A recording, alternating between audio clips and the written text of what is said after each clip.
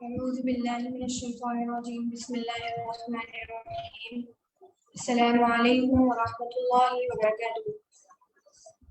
اچھا، ہم نے جو ہے ابھی پچھلے دنوں قرآن سے متعلق ٹاپکس پڑھے تھے۔ اس سے پہلے ہم نے اسلام کا تعارف پڑھا، پھر ہم نے قرآن کا تعارف پڑھا، پھر ہم نے اس کی جمع، ترتیب اور تدوین پڑھی، پھر ہم نے قرآن کے موضوعات پڑھے۔ اب اس سے آگے ہم قرآن کا ایک اور ٹاپک پڑھیں گے جو تجوید کے لحاظ سے ہوگا، ٹھیک ہے؟ اس کے بعد ہمارے قرآن کے ٹاپکس جو ہوں گے وہ مکمل ہو جائیں گے۔ ابھی جو ہے ہم عقائد یعنی بلیفس جو ہے وہ اسٹارٹ کر رہے ہیں۔ تو آج کا ہمارا ٹاپک ہے عقائد اور توحید۔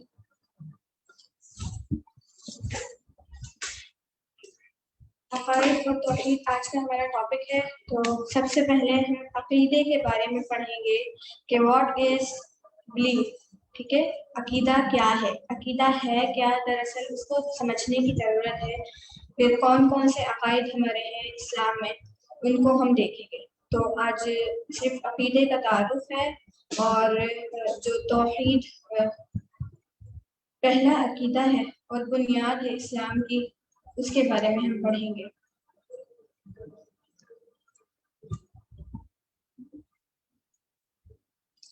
عقائد ہے کیا؟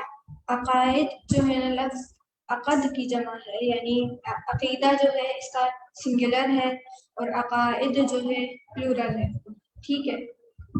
یہ لفظ جو ہے دراصل بنیاد ہے عقد کی۔ عقد کے معنی کیا ہے؟ کسی چیز کو باندھنا، ٹھیک ہے؟ کسی چیز کو باندھنا جو ہے عقد کہلاتا ہے۔ اور عقیدے سے مراد کیا ہے؟ بندھی ہوئی گرہ کو بھی کہتے ہیں۔ ہم کسی چیز کو مضبوطی کے ساتھ باندھ دیتے ہیں تو وہ کیا کہلاتی ہے؟ عقد کہلاتی ہے یا گرہ کہلاتی ہے، ٹھیک ہے؟ اچھا جی، کسی چیز کو مضبوطی سے باندھنے کو ہم عقد کہتے ہیں۔ تو اب اس کا اصطلاحی مفہوم کیا ہے، یا ہم جو ہے اس کی ڈیفینیشن کس طرح سے کریں گے؟ یہ تو تھی لغوی معنی نا، کہ لغت یا ڈکشنری کیا کہتی ہے اس کے بارے میں۔ اب ہم دیکھیں گے کہ تعریف جو ہے باقاعدہ اس کی کیا ہے، ٹھیک ہے؟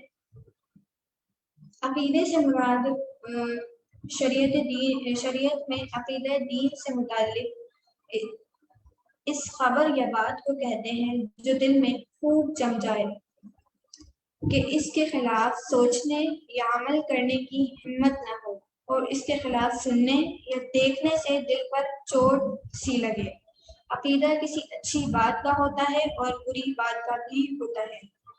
اچھا، اب اس کو میں اس طرح سے ڈیفائن کروں کہ آسان لفظوں میں یہ تھا، لیکن پھر بھی جو ایک پراپر ورڈز ہوتے ہیں ان کو ہم اس طرح سے ڈیفائن کریں کہ عقیدے سے مراد وہ تمام امور ہے، یعنی عقیدے سے مراد وہ تمام کام ہے یا وہ تمام خیالات ہیں جن پر انسان پختہ یقین رکھے یا جن پر انسان اسٹرانگ بلیف رکھے، ٹھیک ہے؟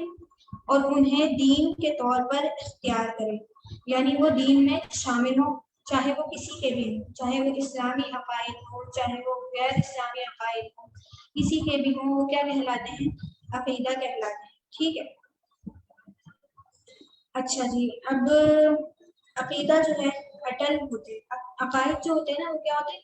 اٹل ہوتے ہیں، یا ہم ایک جگہ سے اس کو ہلا نہیں سکتے، بالکل کیا ہے؟ اسٹرانگ ہوتے ہیں اور غیر متزلزل ہوتے ہیں، شکست نہیں دے سکتے لوگوں کو نا۔ اور ہم ان کے خلاف اگر کوئی ہم سے کوئی بات کہے تو ہمیں کیا ہے برا لگتا ہے، اور اگر ہم اس کے خلاف کوئی چیز دیکھیں تو کیا ہے تب بھی ہمیں برا لگتا ہے۔ تو اس کے قرآن و حدیث میں جو ہے نا عقیدے سے متعلق دو الفاظ استعمال کیے گئے ہیں، ایک تو ایمان اور ایک ایقان۔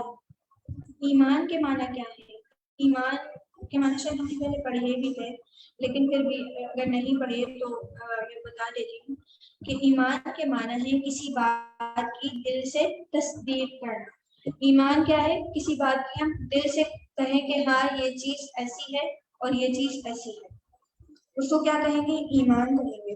اور ایمان کیا ہے؟ کسی بات پر یقین رکھنا، اور یقین کا تعلق بھی کیا ہے؟ قلب سے ہے اور ذہن سے ہے۔ اس کا بھی ایمان کا تعلق کس سے تھا؟ دل سے تھا۔ ایمان کا تعلق کس سے ہے؟ قلب سے ہے اور ذہن سے۔ اچھا، ہر مذہب کے ماننے والوں میں جو ہے عقائد موجود ہوتے ہیں، کسی کے کچھ عقائد ہوتے ہیں، کسی کے کچھ عقائد ہوتے ہیں۔ ہر جو ہے نا مذہب میں عقائد ضرور موجود ہوتے ہیں۔ تو عقائد جو ہے اسلام میں کس طرح سے ہوتے ہیں؟ قرآن پاک میں ہے کہ ان الدین عند اللہ اسلام، یہ ہم نے آیت پہلے بھی پڑھی تھی۔ یہ آیت میں نے اس لیے پڑھی کیونکہ جو ہے ہمارے نزدیک حضرت آدم علیہ السلام سے لے کر حضرت محمد مصطفیٰ صلی اللہ علیہ وسلم تک انبیاء کرام اور جتنے بھی رسول آئے، جتنے بھی انبیاء آئے، وہ کیا ایک ہی دین کی دعوت لے کر آئے تھے۔ یعنی دین جو ہے حضرت آدم علیہ السلام سے لے کر حضرت محمد صلی اللہ علیہ وسلم تک مشترک تھا، یعنی جو بنیادی عقائد تھے وہ کیا ہے؟ سب میں مشترک تھے۔ تو اس لیے اللہ تعالیٰ نے فرمایا سورہ آل عمران میں آیت نمبر 19 ہے ان الدین عند اللہ الاسلام، کہ بے شک دین تو اللہ کے نزدیک اسلام ہی ہے۔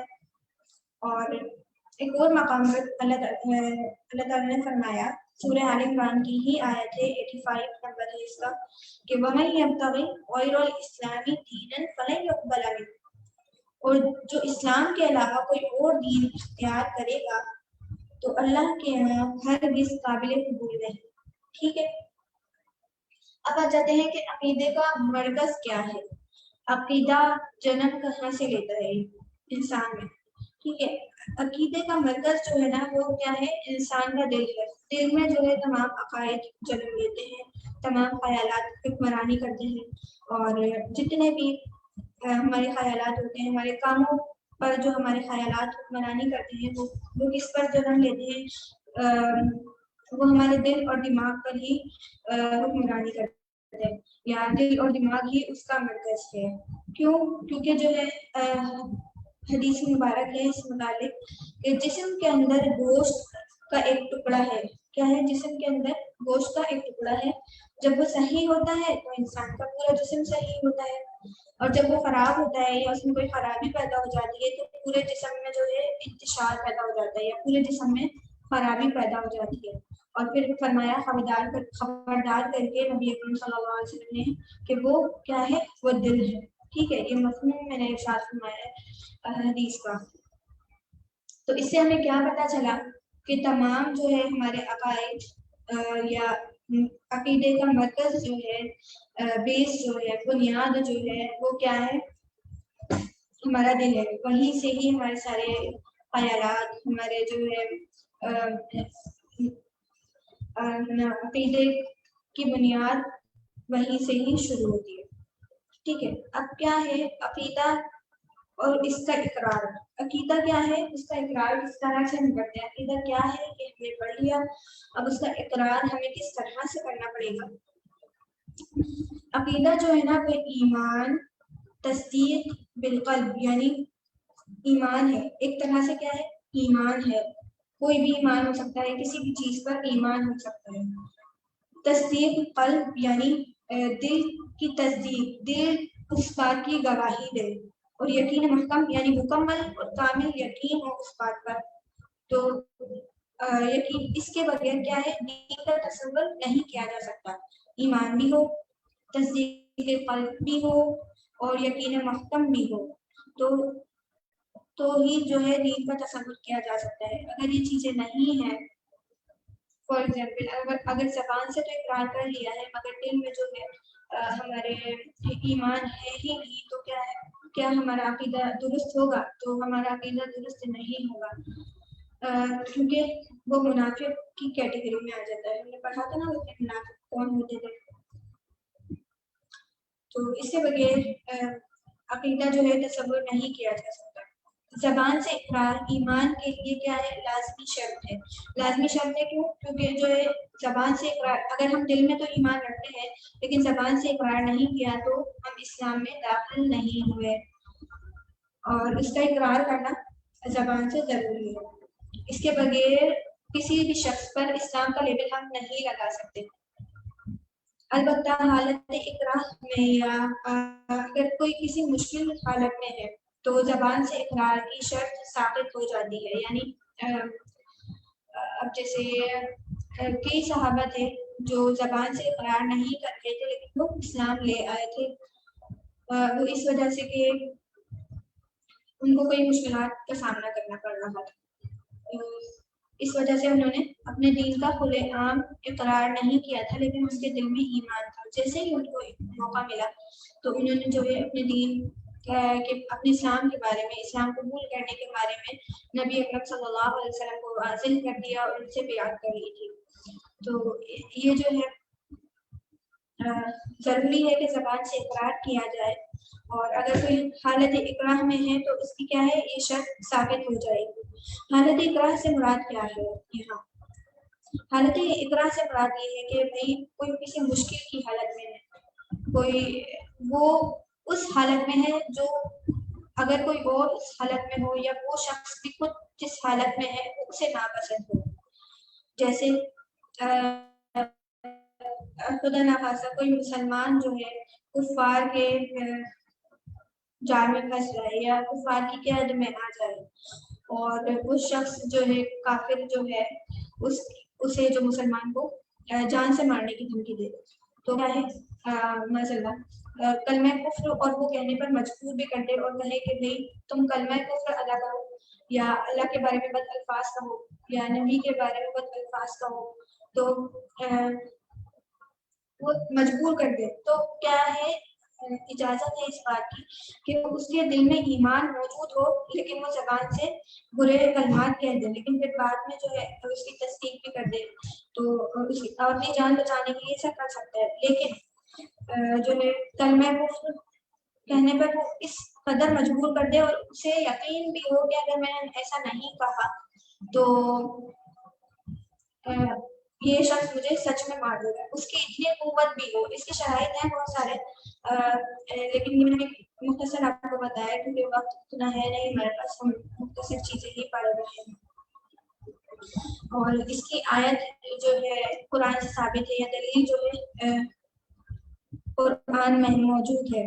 سورہ نحل کی آیت نمبر 106 ہے، اِلَّا مَنْ أُكْرِهَ وَقَلْبُهُ مُطْمَئِنٌّ بِالْإِيمَانِ، کہ اگر کسی شخص کو مجبور کیا جائے یا جسے مجبور کیا گیا ہو اس کا دل ایمان پر مطمئن ہو، ٹھیک ہے، دل کیا ہے؟ ایمان پر مطمئن ہونا ضروری ہے، اور تو اس سے مواخذہ نہیں ہوگا۔ لیکن اگر اس کا دل ہی مطمئن نہیں ہے، وہ منافق ہے اصل میں، اور اسلام کے خلاف اس نے جان بوجھ کر ایسے کلمات کہے ہیں، تو وہ جو ہے اس سے مواخذہ ہوگا، پھر جائے گا۔ ٹھیک ہے، یہ تھا عقائد۔ اب ہم نے جو ہے عقائد کے ساتھ ایک اور بھی چیز آتی ہے، شریعت خود دو اقسام پر مشتمل ہوتی ہے، ایک تو عقائد، دوسرے اعمال۔ عقائد جو ہے نا وہ ان کا تعلق کیفیت عمل سے نہیں ہے، یعنی اگر ہم اللہ پر یقین رکھتے ہیں، عقیدہ ہے ہمارا، تو یہ کیا ہے؟ یہ عمل نہیں ہے، ٹھیک ہے، یہ کیا ہے؟ دلی کیفیت ہے، ایک کیفیت ہے، عمل سے نہیں ہے اس کا تعلق۔ جیسے آگے مثال کے لیے مثلاً اللہ تعالیٰ کی ربوبیت یا اللہ تعالیٰ کا رب ہونا اور اس کی عبادت کے وجود کا اعتقاد رکھنا، یعنی کیا مطلب ہے اس بات کا؟ کہ اللہ تعالیٰ کا رب ہونے کا اقرار کرنا اور اللہ تعالیٰ ہی عبادت کے لائق ہے، یہ عقیدہ رکھنا، اور جتنے بھی ارکان ہیں اسلام کے یا ایمان کے ان سب پر عقیدہ رکھنا، تو یہ کیا ہے؟ عقیدہ ہے. اس کا تعلق عمل سے نہیں ہے نا، اس کا تعلق ہے ہماری کیفیت سے. اور یہی کیا ہے؟ بنیاد کہلاتی ہے، یہی جڑیں کہلاتی ہیں. اعمال کا تعلق کس سے ہے؟ عمل سے ہے. اعمال خود عمل سے نکلا ہے نا. اعمال کا تعلق کیفیت عمل سے ہے، جیسے نماز ہو گئی، زکوٰۃ، روزہ، اور جتنے بھی عملی احکامات ہیں وہ کیا ہیں؟ سارے اعمال ہیں اور ان کا تعلق عمل سے ہی ہے. ان عقائد جو عقیدے ہیں ہمارے، اگر ان میں جو ہے فساد قائم ہو جائے تو پھر ان اعمال میں بھی جو ہے فساد قائم ہوتا ہے. اگر فار ایگزامپل اللہ نہ کرے، خدا نہ خواستہ، ہمارا جو ہے عقیدہ ہی غلط ہے لیکن ہم کیا ہے؟ عمل اچھے کر رہے ہیں، ہم نماز بھی پڑھ رہے ہیں، ہم زکوٰۃ بھی ادا کر رہے ہیں، لیکن ہم اللہ تعالیٰ کے ساتھ کسی اور کو شریک کر رہے ہیں، تو ہمارے جو عمل ہیں وہ قابل قبول نہیں ہے. وہ ہمارے عمل جو ہیں وہ کسی کام کے ہیں ہی نہیں. یہ ہم آگے پڑھیں گے ابھی عقیدہ توحید میں.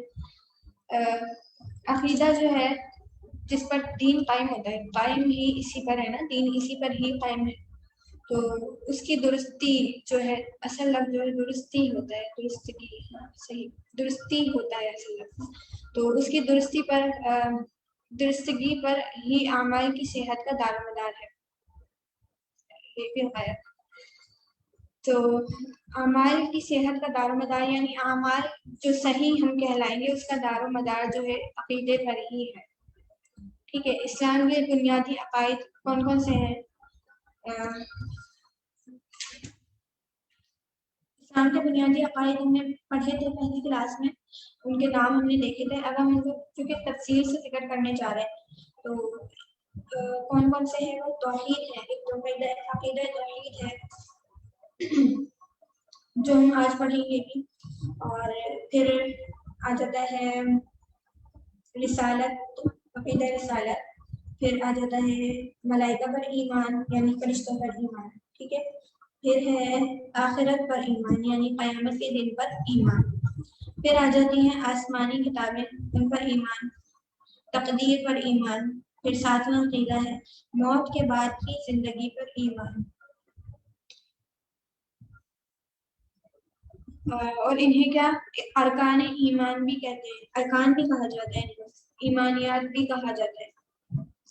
اور قرآن پاک میں جو ہے سورہ بقرہ 285، اس سے ہمیں تمام جو ارکان کا ذکر ملتا ہے کہ آمن الرسول بما انزل الیہ من ربہ والمؤمنون، کہ میں ایمان لایا رسولوں پر جو کچھ نازل کیا گیا ان کی طرف. ٹھیک ہے. آمن الرسول بما انزل الیہ من ربہ والمؤمنون کل آمن باللہ وملائکتہ وکتبہ، ملائکہ میں اگر فرشتے، کتبہ تمام کتابیں، ورسولہ، اور یہ ساری پوری جو مکمل آیت ہے اس میں سارے جو یہ آ جاتے ہیں عقائد.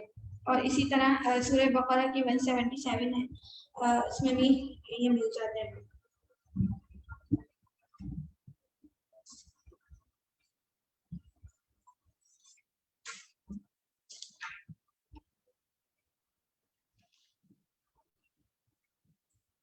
اچھا، ہم نے اب تک کیا پڑھا؟ ہم نے پڑھا عقائد.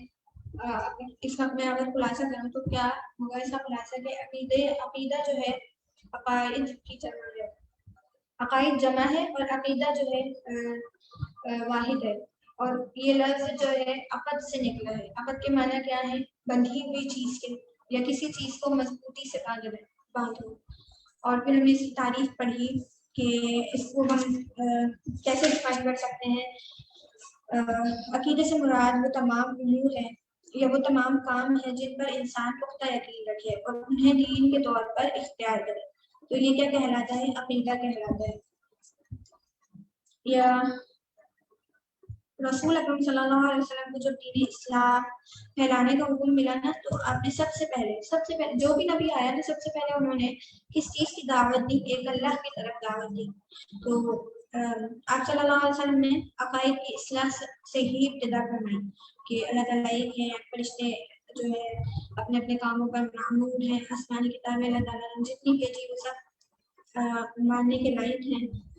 اور رسالت جتنے بھی نبی آئے ان پر ایمان لانا فرض ہے. آخرت پر ایمان ہو گیا, تقدیر پر ایمان, موت کے بعد کی زندگی پر ایمان. اب آ جاتے ہیں توحید. ٹھیک ہے, توحید کا لفظ جو ہے اس کے لغوی معنی کیا ہے؟ اچھا, ہم جب یہ روزانہ پڑھتے ہیں نا لغوی معنی, اصطلاحی معنی, یہ کیوں پڑھتے ہیں؟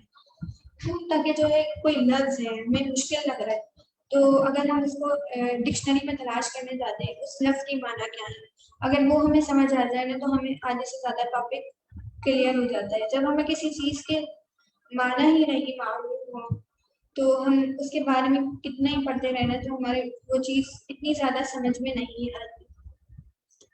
لفظی معنی جو ہے اس کے توحید کے وہ ہے ایک اللہ تعالیٰ کو ایک ماننا اور ایک جاننا. ٹھیک ہے, یا سمپل معنی جو ہے اس کے توحید کے لغوی معنی ایک ماننا اور ایک جاننا. اور توحید جو ہے نا عقیدے کا سب سے پہلا عقیدہ ہے. توحید, عقیدہ توحید جو ہے وہ پہلا عقیدہ ہے. اس سے مراد کیا ہے؟ شریعت کیا کہتی ہے کہ عقیدہ توحید کیا ہے؟ تو عقیدہ توحید یہ ہے کہ اللہ تعالیٰ کی ذات, اس کی صفات, یعنی جتنی بھی اللہ تعالیٰ کی صفات ہیں ان سب کو ایک مانا جائے. یعنی اللہ تعالیٰ کی جتنی بھی صفات ہیں, اللہ تعالیٰ کی ذات تو ایک ہی ہے لیکن صفات جتنی بھی ہے تو وہ اللہ تعالیٰ کو ایک مانا جائے اور اس کے تمام احکامات پر سختی سے عمل کیا جائے. کہ اللہ تعالیٰ نے جو احکامات ہم پر نازل کیے ہیں ان پر عمل کیا جائے. اب اس ڈیفینیشن کو میں اس طرح سے سمجھاؤں کہ اس دنیا کے پیدا کرنے والے اور اس کے رب یا اس کے پروردگار کو ایک ماننا. ٹھیک ہے, یعنی اللہ تعالیٰ نے ہمارا عقیدہ ہے, ہم مسلمان ہیں الحمدللہ, تو ہمیں کیا ہے اس کے پیدا کرنے والے کو ایک ماننا ہے, یعنی اللہ تعالیٰ کو ایک ماننا ہے اور بے مثال ماننا ہے. اس کے جیسی کوئی مثال ہے ہی نہیں, یا اللہ تعالیٰ جیسا کوئی ہے ہی نہیں, یہ ماننا ہے ہمیں. اور اللہ تعالیٰ کو ہی عبادت کے لائق سمجھنا ہے. ابھی جیسے میں نے بتایا کہ حضرت آدم علیہ السلام سے لے کر حضرت محمد صلی اللہ علیہ وسلم تک جتنے بھی نبی آئے, جتنے بھی پیغمبر آئے, تو وہ کیا ہے سب نے توحید کی دعوت دی تھی. اور انہوں نے یہ بتلایا تھا کہ تمام جتنی بھی چیزیں اللہ تعالیٰ نے, جتنی بھی چیزیں اس دنیا میں ہیں وہ سب کی سب اللہ تعالیٰ نے پیدا کی ہے. اور اللہ تعالیٰ کے حکم سے ہی ہر حکم صادر ہوتا ہے. اللہ تعالیٰ کو کہتے ہیں تو کیا ہے وہ حکم ہو جاتا ہے.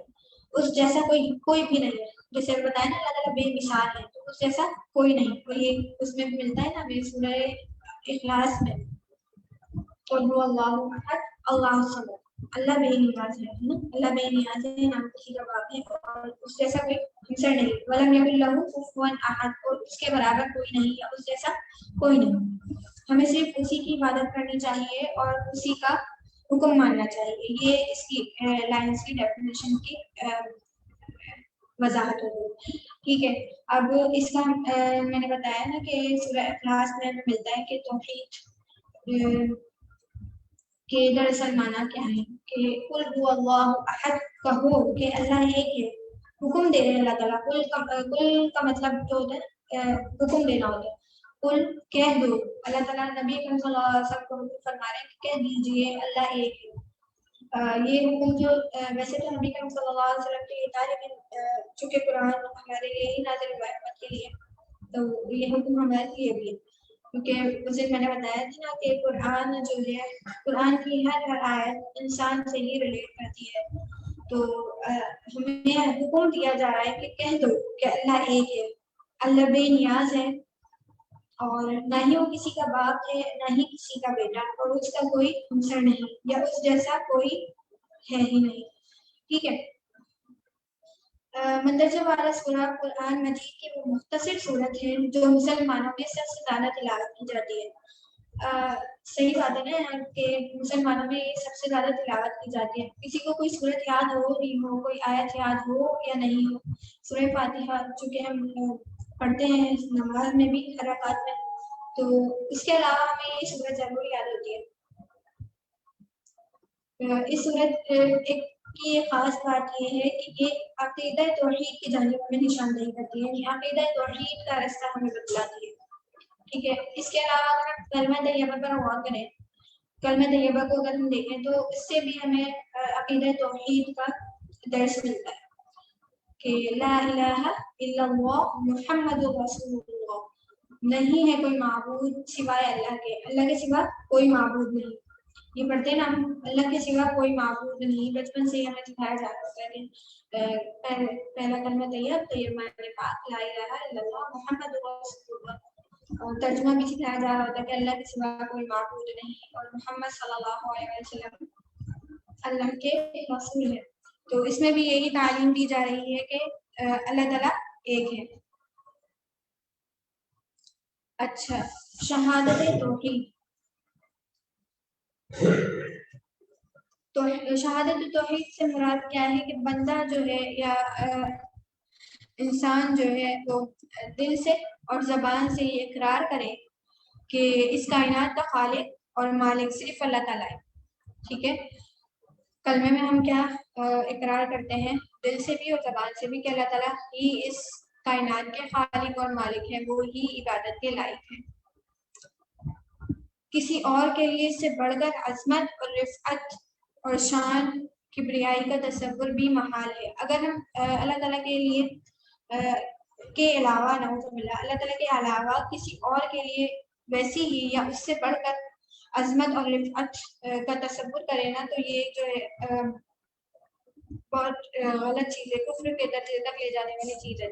تو اللہ تعالیٰ ہی قادر مطلق ہے, کہیں اللہ تعالیٰ ہی ہر چیز پر قادر ہے. ان اللہ علی کل شیء قدیر, کہ اللہ تعالیٰ ہر چیز پر قادر ہے اور کسی کو اس پر کوئی طاقت نہیں. یعنی اللہ تعالیٰ ہی ہر قوت ہر طاقت کے مالک ہیں, اور انسانوں کو جو طاقت دی ہوئی ہے وہ اللہ تعالیٰ نے ان طرف سے دی ہوئی ہے. اگر اللہ تعالیٰ چاہیں تو وہ کیا ہے سلب کر لے, ہم سے چھین لے وہ طاقت.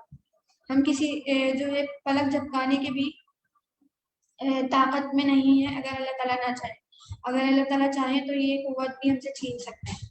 اس کا اللہ تعالیٰ کا جو ہے ارادہ اتنا قوی اور غالب ہے کہ اسے کائنات میں سب مل کر بھی مغلوب نہیں کر سکتے. اگر دنیا کی ساری قوت ساری طاقت جمع ہو جائے نا, تب بھی اللہ تعالیٰ ہی غالب رہیں گے. اللہ تعالیٰ کے علاوہ جو ہے کوئی بھی غالب نہیں ہے, کوئی بھی جو ہے بلند نہیں ہے.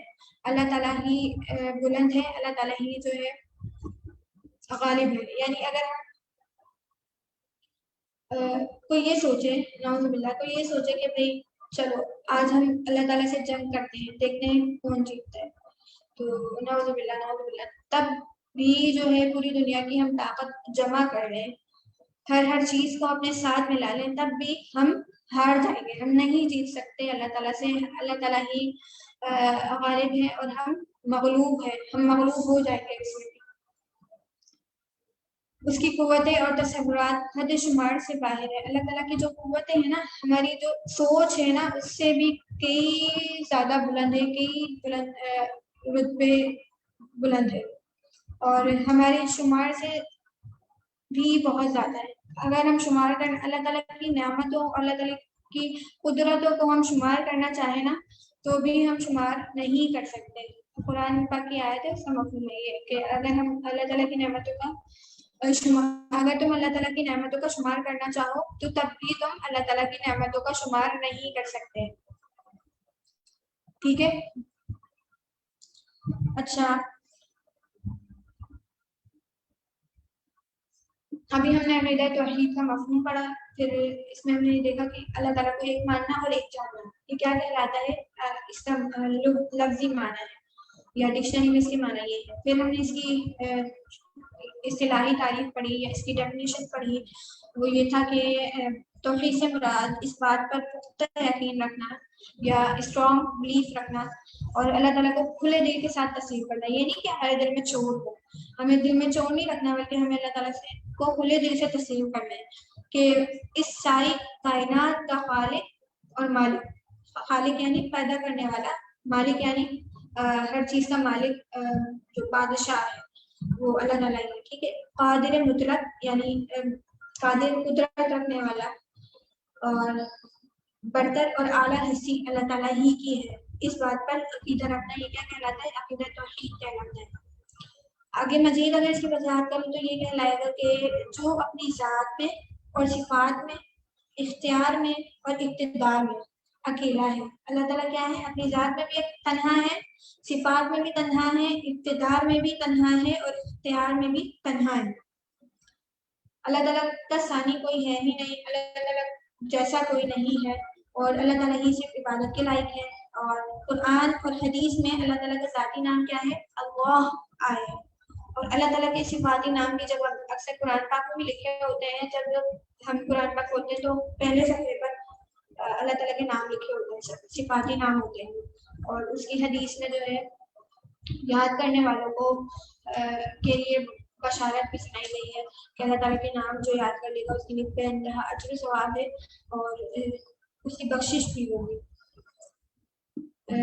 جیسے هو اللہ الذی لا الہ الا هو الرحمن الرحیم الملک القدوس السلام, اسی طرح آگے پورے 99 نام ہے. تو جن میں سے میں نے کچھ پڑھے وہ کچھ علیم بھی اللہ تعالیٰ کا نام ہے, صفاتی خبیر بھی ہے, سمیع بھی, بصیر بھی, رحمان بھی, رؤوف بھی, رحیم بھی. یہ سارے کیا ہیں؟ اللہ تعالیٰ کے صفاتی نام. تو اللہ تعالیٰ کو ذات میں بھی اتنا ماننا ہے اور صفات میں بھی اتنا ماننا ہے. توحید جو ہے انبیاء اور رسول کی میراث تھی, ٹھیک ہے. اللہ تعالیٰ جو توحید کا عقیدہ تھا نا وہ ہر نبی نے آ کر بتلایا, اور تمام جتنے بھی آسمانی مذاہب ہیں وہ ان کی جو بنیاد ہے نا وہ عقیدہ توحید ہی ہے.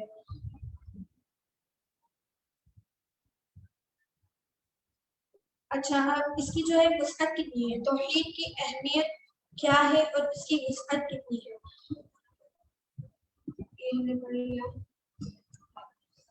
توحید کی اہمیت اور وسعت میں جو ہے کہ عقیدہ توحید اولین درجہ رکھتا ہے. ابھی ہم نے پڑھا تھا نا کہ عقیدہ توحید پہلا عقیدہ ہے اور بنیاد ہے, تو اولین درجہ رکھتا ہے یہ یا پہلا درجہ رکھتا ہے, سب سے پہلے فرسٹ پر عقیدہ توحید آتا ہے. اس کے علاوہ اس کی وسعت کیا ہے کہ پھیلاؤ, گہرائی, وسعت کہتے ہیں پھیلاؤ یا گہرائی کو. تو تمام الہامی ادیان میں یا تمام جتنے بھی آسمانی ادیان ہیں, جتنے بھی مذاہب ہیں آسمانی, ان میں کیا ہے عقیدہ توحید کی ہی تعلیم دی گئی ہے. سب سے پہلی چیز جو اس میں بتائی گئی ہے وہ یہی بتائی گئی ہے کہ اللہ تعالیٰ ایک ہے, یعنی عقیدہ توحید کی تعلیم دی گئی. اور اس بات سے کوئی انکار نہیں کر سکتا کہ اسلامی عقائد اور ایمانیات میں عقیدہ توحید بنیادی حیثیت رکھتا ہے. یعنی اس بات سے کوئی انکار نہیں کر سکتا, کیوں؟ کیونکہ جو ہے اسلامی عقائد میں اور ایمانیات میں عقیدہ توحید جو ہے بنیادی حیثیت رکھتا ہے, بنیاد ہے. اگر ہم اللہ تعالیٰ کو مانیں گے تبھی ہم اس کی عبادت کریں گے, اگر ہم اس کا زبان سے اور دل سے اقرار کریں گے تبھی یہ ہمارے دل میں اسٹرانگ ہوگا. اچھا, اگر اس کا کوئی منکر ہے یا اس سے کوئی اگر انکار کرے تو کیا ہے؟ وہ دائرہ اسلام سے خارج ہے, وہ دائرہ اسلام میں داخل نہیں ہے, وہ دائرہ اسلام سے باہر ہے. ٹھیک ہے, اس سے مراد کیا ہے کہ میں نے ابھی بتایا تھا نا کہ ایمان اور عمل کا نام ہے, تو توحید جو ہے اس پر کامل ایمان, مکمل ایمان رکھنا ہمارے لیے ضروری ہے. پھر اس کے دلائل اگر ہم دیکھیں تو توحید کے بارے میں قرآن پاک میں سورہ آل عمران میں بے شک آسمان اور زمین کا بنانا, دن اور رات کا آنا جانا, اس میں نشانیاں ہیں عقل مندوں کے لیے. کیوں نشانیاں ہیں؟ کیونکہ آسمان اور زمین کا بنانا, اگر زمین بنی ہے, آسمان بنا ہے, تو اس کے پیچھے کوئی بنانے والا بھی تو ہوگا نا. رات آ رہی ہے, جا رہی ہے, دن آ رہا ہے, جا رہا ہے, تو اس کے پیچھے کوئی ہستی ضرور ہوگی نا. تو اللہ تعالیٰ ہمیں کہہ رہے ہیں کہ اس میں نشانیاں ہیں عقل مندوں کے لیے. یعنی اگر ہم اس میں اور فکر کریں تو اس میں بہت سی چیزیں ہم نکال سکتے ہیں, بہت سارے پوائنٹس ہم نکال سکتے ہیں, بہت سارے چیزوں پر ہم غور کر کے ہم اپنی جو ہے آخرت سنوار سکتے ہیں, اپنی دنیا سنوار سکتے ہیں.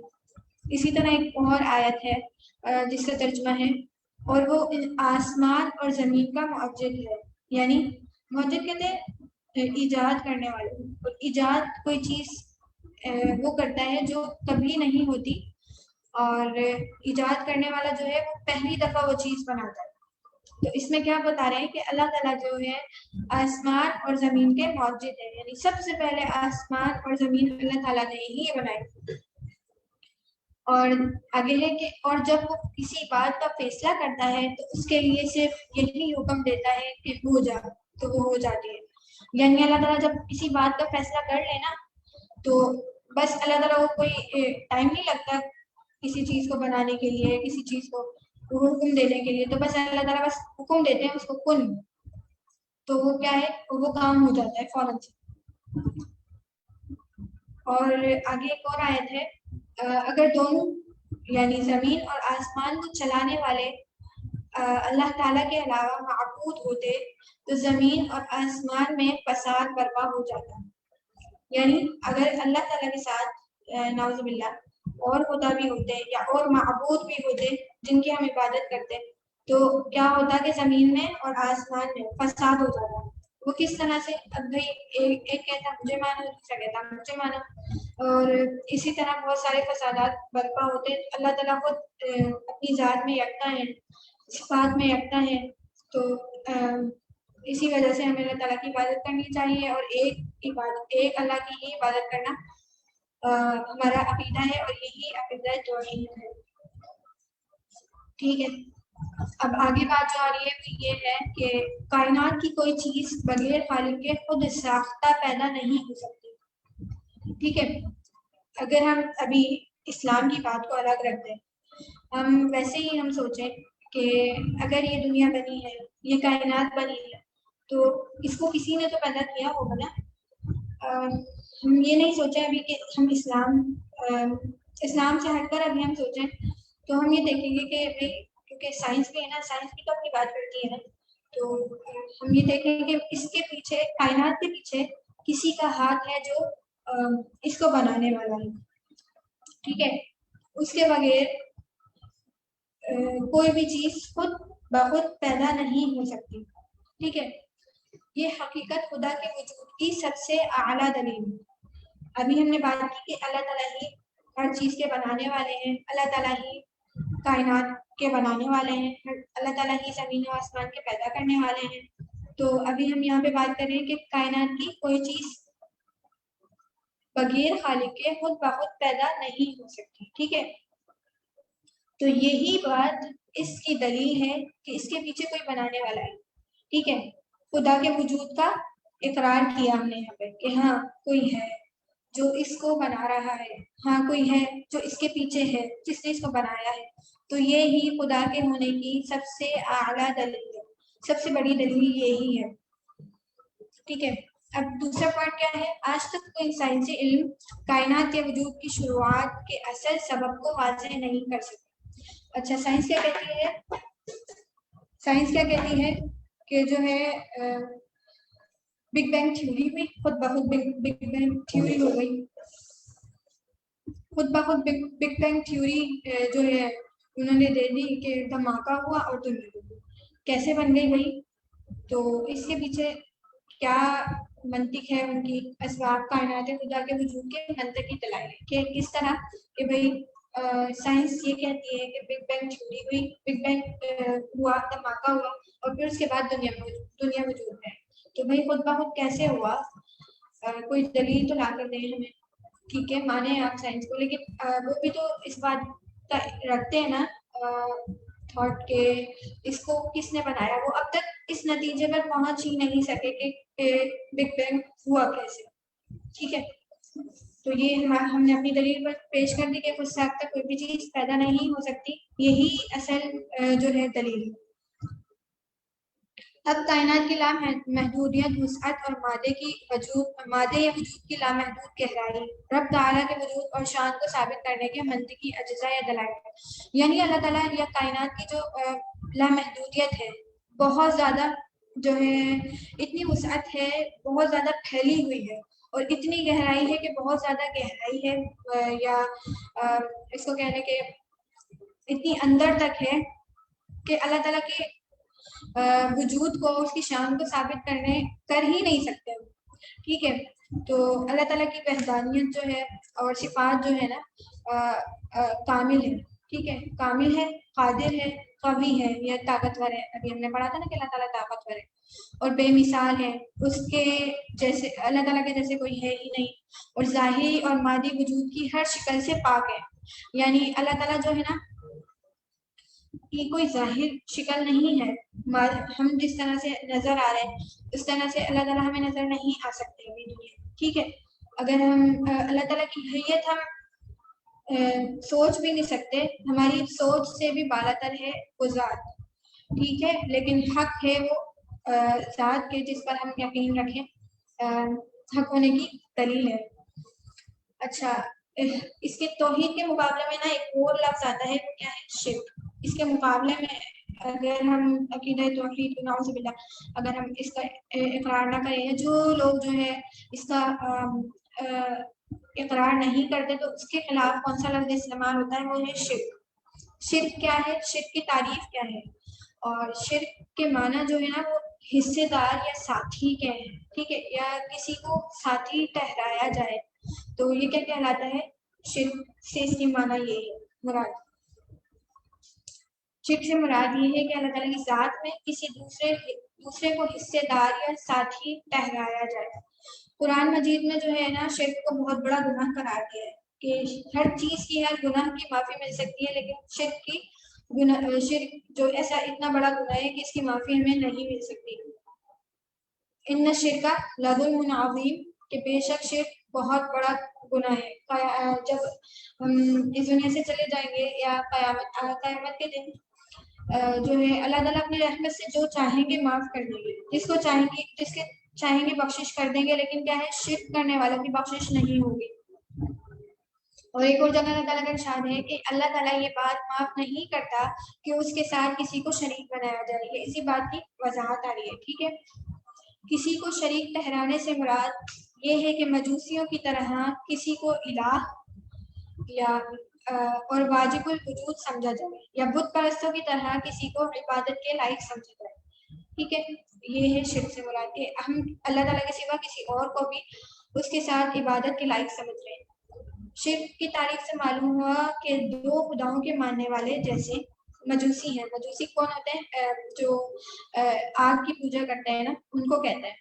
تو ان کی طرح دو خداؤں کو ماننے والے بن جائیں.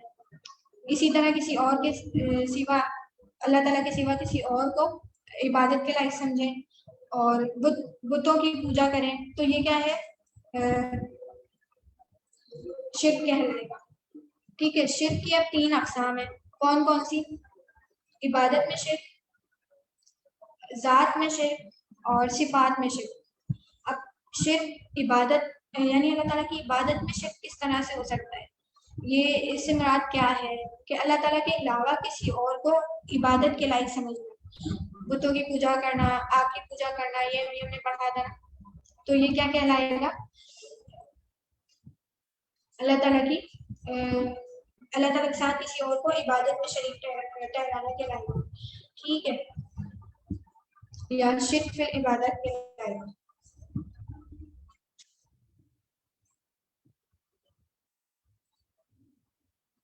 عبادت اور بندگی جو ہے اللہ تعالیٰ کی ہی کی جاتی ہے. صرف اور صرف اللہ تعالیٰ ہی اس کے لائق ہے کہ ہم اس کی عبادت کریں. ٹھیک ہے، اگر اللہ تعالیٰ کو چھوڑ کر ہم کسی اور کی عبادت کرتے ہیں یا کسی اور کو اللہ تعالیٰ کے ساتھ خدا مانتے ہیں، تو یہ کیا ہے؟ شرک کہلائے گا. اس کو اللہ تعالیٰ کی عبادت میں شرک کہلاتا ہے کہ عبادت پھر شرک پھر عبادت. اس کی صورت ایک طرح سے یہ بھی ہو سکتی ہے کہ لوگ اللہ تعالیٰ کی طرف جیسے عیسائی ہو گئے، وہ ان کو مانتے ہیں نا، حضرت عیسیٰ علیہ السلام کو، مانتے تو ہم بھی ہیں لیکن وہ اس میں یہ عقیدہ ڈال دیتے ہیں کہ نعوذ باللہ حضرت عیسیٰ علیہ السلام اللہ تعالیٰ کے بیٹے کو. تو یہ کیا ہے اللہ تعالیٰ کے ساتھ کسی کو بیٹا کسی کے ساتھ بیٹا یا بیٹی منسوب کر دینا تو یہ بھی کیا ہے عبادت میں شرک کہتا ہے. اور اسی طرح مشرکین جو تھے نا مشرکین عرب وہ فرشتوں کو اللہ تعالیٰ کی بیٹیاں قرار دیتے تھے تو یہ بھی کیا شرک کہلایا. قرآن ابھی ہم نے پڑھا تھا سورہ اخلاص میں کہ لم یلد ولم یولد کہ نہیں وہ پیدا کیا گیا اور نہیں اس کی کوئی اولاد ہے. تو اللہ تعالیٰ کی کوئی اولاد ہے ہی نہیں وہ کیا ہے اپنی ذات میں ہی تنہا ہے اور اللہ تعالیٰ ہی عبادت کے لائق ہے. اچھا یہ تو ہم نے عبادت کے بارے میں پڑھ لیا کہ اللہ تعالیٰ عبادت کے لائق ہے اللہ تعالیٰ کے سوا کسی اور کی عبادت نہیں کی جائے گی. اب شرک فی ذات کس طرح سے اللہ تعالیٰ جو ہے اپنی ذات میں تنہا ہے کیسے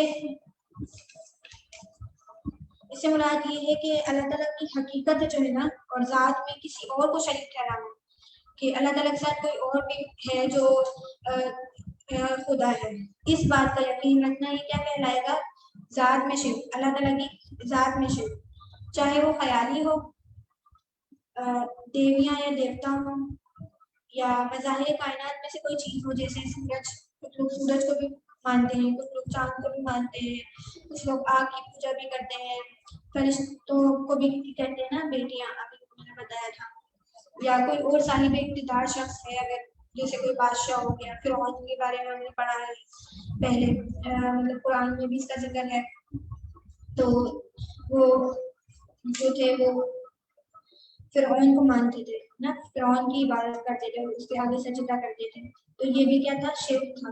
یا صاحب اقتدار شخص میں یہی لوگ آ جاتے ہیں کہ جس کو اپنے سے بڑا سمجھ رہے تو ہم اس کی عبادت کریں یہ بھی کیا ہے ذات میں شرک ہے.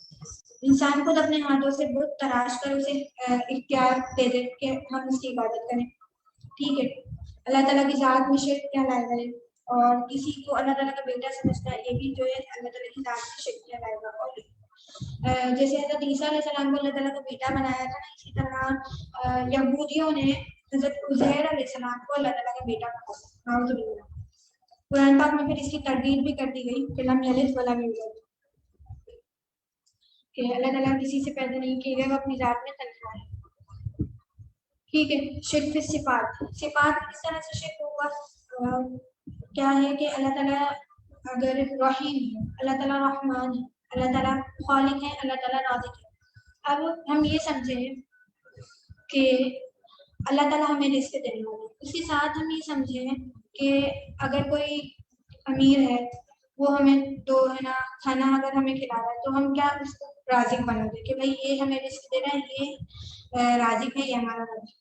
تو یہ کیا ہے یہ صفات میں شرک ہوگا کیونکہ جو ہے صفات اللہ تعالیٰ کی صفت جو ہے نا رازق رزق دینے والا تو یہ صرف اللہ تعالیٰ کی ہے کسی اور کو ہم رازق نہیں کہہ سکتے. اور قادر مطلق ہے خالق کا بھی ہم نے پڑھا نا کہ اللہ تعالیٰ ہی ہر چیز کو پیدا کرنے والا ہے. ہم یہ سمجھے کہ کسی اور نے یہ کائنات پیدا کی ہے یا بگ بینگ تھیوری ہو گئی ہے اسی طرح جو سائنس کہتی ہے پتہ نہیں کیا تو اس میں کیا ہے شرک آ جاتے ہیں سارے. اور یہ سمجھنا کہ اللہ تعالیٰ ازل سے نہیں ہے تو اللہ تعالیٰ ازل سے ہیں یعنی شروع سے ہیں اور ابد تک رہیں گے یعنی آخر تک رہیں گے ٹھیک ہے. تو اگر ہم ایسا نہیں مانیں تو یہ اللہ تعالیٰ کی صفات میں شرک ہوگا کیونکہ اللہ تعالیٰ کی ایک صفت یہ بھی ہے کہ اللہ تعالیٰ ازل سے ہیں اور ابد تک رہیں گے ٹھیک ہے. ایسے علم ذاتی کی نسبت کسی کی طرف کر دی ہوگی اللہ تعالیٰ کیا ہے عالم ہے اور علم رکھنے والے ہیں ہر چیز کا چاہے وہ غیب کا علم ہو کسی بھی چیز کا جو ہے علم رکھنے والے ہوں تو وہ اللہ تعالیٰ ہے ٹھیک ہے. اب اگر ہم کسی اور کو عالم الغیب کرا دیں کہ بھائی یہ تو غیب کا جاننے والا ہے تو ہم اس میں بھی شرک یہ بھی کیا ہے صفات میں شرک آ جائے گا. جیسے اب کچھ لوگ ہیں وہ ہاتھ کی لکیریں چیک کروانے جاتے ہیں تو یہ کیا ہے وہ شرک کر رہے ہیں کیونکہ ہم ان کو جو ہے عالم الغیب سمجھ کہ وہ غیب کی باتیں بتا رہے ہیں تو یہ بھی کیا ہے شرک میں آ جاتا ہے. تو شرک کا ٹاپک جو ہے نا توحید کا ٹاپک جو ہے وہ انتہائی نازک ہے. ہم ذرا جو ہے باریک بھی نہیں اگر ہم دیکھیں نا تو ہم پتہ نہیں کہاں کہاں جو ہے اللہ تعالیٰ کے ساتھ اپنی صفات میں شرک کر رہے ہوتے ہیں، اکثر ہمیں پتہ ہی نہیں ہوتا، ہم لاشعوری میں ہوتے ہیں. تو یہ کیا ہے، اس میں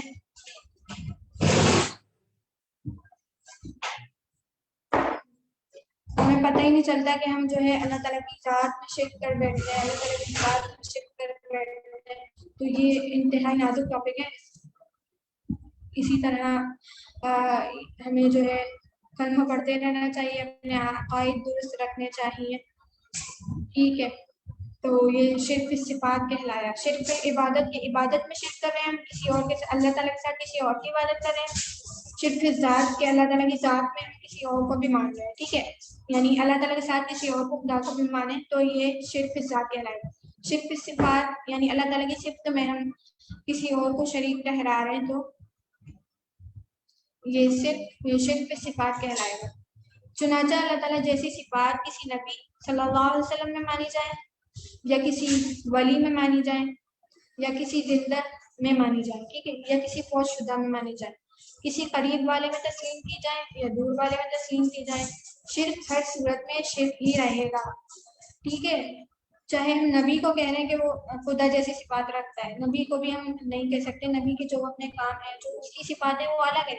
اللہ تعالیٰ کی جو صفات ہے وہ اللہ تعالیٰ اپنی صفات میں رکھتا ہے. ٹھیک ہے، شرک جو ہے نا وہ ناقابل معافی ہے اور ظلم ہے اور ظلم عظیم ہے. ٹھیک ہے، یہ تھا توحید کا ٹاپک. اچھا، ہم یہ دیکھ لیتے ہیں کہ توحید کے انسانی زندگی پر کیا اثرات پڑتے ہیں. اب ہم کیوں اللہ تعالیٰ پر یقین رکھیں، ہمیں اس سے کیا فائدہ ملے گا.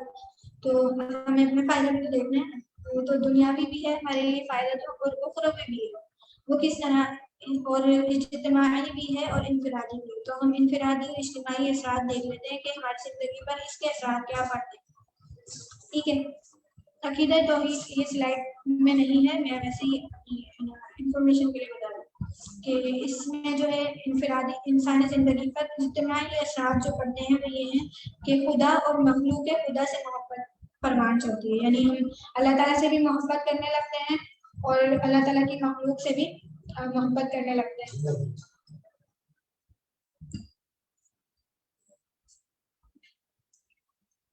ٹھیک ہے، اس کے علاوہ قانون کی پابندی ہم کرنے لگتے ہیں، جتنے بھی قوانین ہیں، اور اللہ تعالیٰ کے ڈر سے ہم جو ہے قوانین پر عمل کرنے لگتے ہیں. اللہ تعالیٰ کی خشیت کے سبب ہم ہر بات کو مانتے ہیں اللہ تعالیٰ کی، اور اللہ تعالیٰ کے قانون کی پابندی کرتے ہیں. ٹھیک ہے، عدل اور مساوات کا جذبہ بیدار ہوتا ہے کہ ہم ہر چیز میں انصاف کریں، ہر چیز میں ہم برابری کریں، یہ ہمارا مقصد ہوتا ہے. ٹھیک ہے، اتحاد پیدا ہوتا ہے.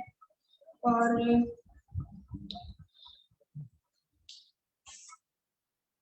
یہ تھے اجتماعی اثرات. انفرادی اثرات ہمیں کیا اثرات پیدا ہوتے ہیں، وہ ہے عزت نفس اور خودداری. ہم جو ہے خوددار ہو جاتے ہیں کہ ہم اللہ تعالیٰ پر ہی یقین رکھتے ہیں، اس کے علاوہ کسی پر یقین نہیں رکھتے، اور ہم جو ہے نا بندگی اختیار کرتے ہیں واحد خدا واحد کی.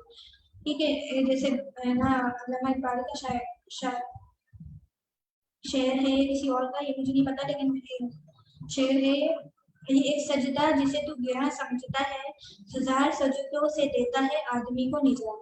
کہ ایک سجدہ اگر ہم اللہ تعالیٰ کے سامنے کر رہے ہیں، وہ ایسا سجدہ ہو کہ ہم بالکل کامل یقین ہو، ہمیں اللہ پر یقین ہو، ہم اللہ تعالیٰ سے ڈریں، تو وہ ایسا سجدہ ہو جس سے ہمیں جو ہے نا نجات مل جائے.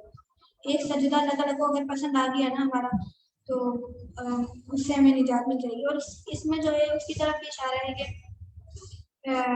یہ شیطان ابلیس جو تھا، اس نے ایک سجدے سے انکار کیا تھا. اگر وہ انکار نہ کرتا تو کیا بن جاتا وہ، مطلب اللہ تعالیٰ نے ایک سجدے کے انکار کی وجہ سے اس کو کہاں سے کہاں پہنچا دیا. اور اس کے علاوہ ہمیں تواضع اور انکساری پیدا ہوتی ہے، جو ہے اللہ تعالیٰ کی رفعت اور بلندی پر یقین رکھتے ہیں. اس کے علاوہ وسعت نظر، ہماری جو تنگ نظری ہوتی ہے نا وہ ختم ہوتی ہے کہ لوگ جو ہے رنگ و نسل کے بارے میں سوچتے ہیں، لیکن نہیں، اسلام میں کیا ہے، سب کے برابر حقوق ہیں، یہ ہم سوچتے ہیں. وسعت نظر ہمیں پیدا ہوتی ہے. خشیت الہی پیدا ہوتی ہے، اللہ تعالیٰ کا ڈر پیدا ہوتا ہے، تقوی پر ہم یقین رکھتے ہیں کہ انسان جو ہے وہ پرہیزگار. اسی طرح شجاعت اور استقامت پیدا ہوتی ہے، ہم بہادر بن جاتے ہیں. استقامت ہمیں پیدا ہوتی ہے کہ ہاں ہمیں اب جو ہے اسلام پر ہی عمل کرنا ہے. اور بہادری اس طرح سے کہ بھائی ہم اللہ تعالیٰ پر یقین رکھ رہے ہوتے ہیں کہ اللہ تعالیٰ جو چاہیں گے وہ کریں گے. ٹھیک ہے، اللہ تعالیٰ جب ہمارے ساتھ ہے تو ہمیں کچھ ہو ہی نہیں سکتا. اللہ تعالیٰ پر پختہ یقین رکھتے ہیں. ٹھیک ہے، یعنی اگر ہمارے کسی سے جھگڑا ہوا ہے، ہمارا کوئی دشمن ہے، تو اللہ تعالیٰ ہی ہماری حفاظت کرتا ہے. وہ ایک واقعہ مجھے یاد آ رہا ہے کہ نبی اکرم صلی اللہ علیہ وسلم پر کسی نے حملہ کیا تھا اور تلوار وہ لے کر آ گیا تھا اور اس نے کہا تھا کہ بتا اب مجھے کون بچا مجھے تجھ سے کون بچا سکتا ہے، تجھے مجھ سے کون بچا سکتا ہے. تو نبی اکرم صلی اللہ علیہ وسلم نے فرمایا کہ میرا اللہ. تو اس کے ہاتھ سے تلوار چھوٹ کر گر گئی. پھر نبی اکرم صلی اللہ علیہ وسلم نے اس کی گردن پر تلوار رکھی اور پوچھا کہ تجھے مجھ سے کون بچا سکتا ہے. تو وہ فوراً اس پر اللہ تعالیٰ پر ایمان لے کر آ گیا تھا. تو یہ ہے کہ اللہ تعالیٰ پر ہم ایمان رکھیں اور اس کو ایک مانیں اور جو ہے اپنے ایمان کی تجدید کرتے رہیں. کلمہ زیادہ سے زیادہ ہمیں پڑھنا چاہیے دل سے. اللہ تعالیٰ کو واحد تسلیم کرنا چاہیے. اللہ تعالیٰ ہم سب کے ایمان کو سلامت رکھے. ٹھیک ہے، اب کسی کا کوئی سوال ہو، دیر میں سے بہت ہو گئی، اگر کسی کا کوئی سوال ہے تو پھر بھی کر لیجیے.